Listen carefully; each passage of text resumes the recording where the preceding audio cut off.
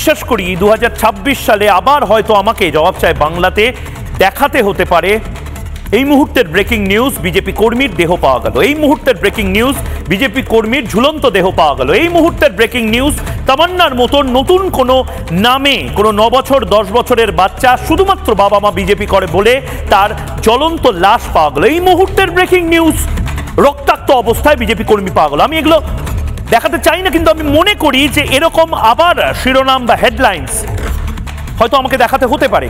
শ্রমিক ভট্টাচার্যকে আজ আমি গোটা বাংলার বিজেপি কর্মীদের তরফ থেকে, গোটা বাংলার প্রান্তিক সাধারণ মানুষের তরফ থেকে, মমতা বিরোধী সেই সমস্ত ভোটারদের তরফ থেকে আজ জিজ্ঞেস করতে চাই, আর কোনো অভিজিৎ সরকার আমরা হারাতে চলছি না তো?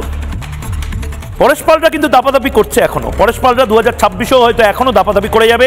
শেখ শাহজাহানরা হয়তো এখনো চরম চরম ঢাক বাজিয়ে যাবে, অনুপ্রেরণা পাবে অনুব্রত মণ্ডলদের থেকে, যে অনুব্রত মণ্ডল পুলিশকে, তার মাকে, তার স্ত্রীকে গাল দিয়েও বহাল তবিয়তে রয়েছে বীরভূমে।